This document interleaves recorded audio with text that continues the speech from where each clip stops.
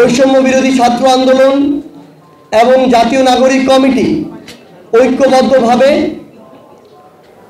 নতুন একটি রাজনৈতিক দলের আত্মপ্রকাশ করতে যাচ্ছে। আগামী 28 ফেব্রুয়ারি বিকাল 3টায় জাতীয় সংসদ প্রাঙ্গণ সংলগ্ন মানিক মিয়া এভিনিউতে আমরা আমাদের এই নতুন রাজনৈতিক দলের আত্মপ্রকাশ করতে যাচ্ছি।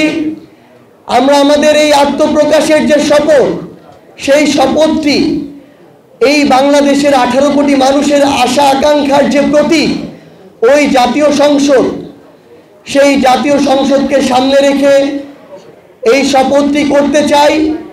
কারণ বিগত যুগের পর যুগ ধরে ওই জাতীয় সংসদটিকে এই দেশের মানুষের আশা আকাঙ্ক্ষা বাস্তবায়নের ক্ষেত্র না বানিয়ে বরং ব্যক্তিগত, গোষ্ঠীগত, দলীয় স্বার্থ উদ্ধারের, ব্যক্তিগত, গোষ্ঠীগত, দলীয় পলিসি মেকিং এর জায়গা বানিয়ে রাখা হয়েছিল। যেখানে জাতির আশা আকাঙ্ক্ষার প্রতিফলন হওয়ার কথা, সেই জায়গাটিকে স্বৈরাচারের উৎপাদন ক্ষেত্র বানিয়ে রাখা হয়েছিল।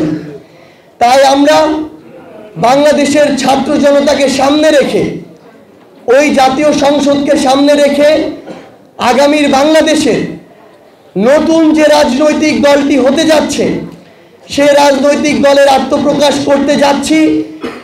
এবং আমরা এই শপথ নিয়ে, এই কমিটমেন্ট নিয়ে শুধু একটি কথাই বলতে চাই, যে হাজারো শহীদের রক্তের উপরে, হাজারো রক্তাক্ত লাশের উপরে যে নতুন বাংলাদেশ এসেছে, এই নতুন বাংলাদেশে আমরা যে রাজনৈতিক দলটি করতে যাচ্ছি, এখানে ব্যক্তি স্বার্থ, গোষ্ঠী স্বার্থ, দলীয় স্বার্থের ঊর্ধ্বে বাংলাদেশের মানুষের স্বার্থ, বাংলাদেশের স্বার্থ প্রাধান্য পাবে।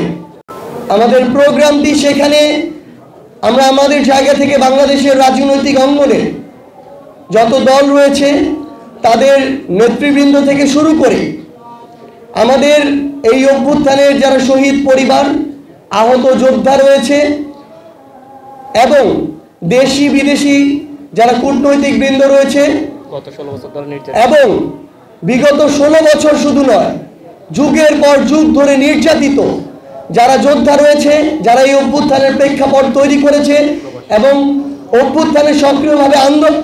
অভ্যুত্থানের এই আন্দোলনে সক্রিয়ভাবে অংশগ্রহণ করেছে, সকল ছাত্র জনতা এবং আমাদের যেই প্রবাসী ভাইরা এই অভ্যুত্থানে অন্যতম গুরুত্বপূর্ণ ভূমিকা পালন করেছে, তাদের প্রতিনিধি থেকে শুরু করে বাংলাদেশের সকল অংশীদারিত্ব, আমাদের যত জাতিগোষ্ঠী রয়েছে, বিভিন্ন ধর্মীয় থেকে শুরু করে আমাদের ক্ষুদ্র নৃগোষ্ঠী থেকে শুরু করে যারাই রয়েছে, সকলের সেখানে অংশগ্রহণ থাকবে। এবং আমরা বিশ্বাস করি সেই 28 ফেব্রুয়ারি 2025 বাংলাদেশের ইতিহাসে নবদিগন্ত উন্মোচনের আরেকটি অধ্যায় হতে যাচ্ছে, আরেকটি সাক্ষী হতে যাচ্ছে।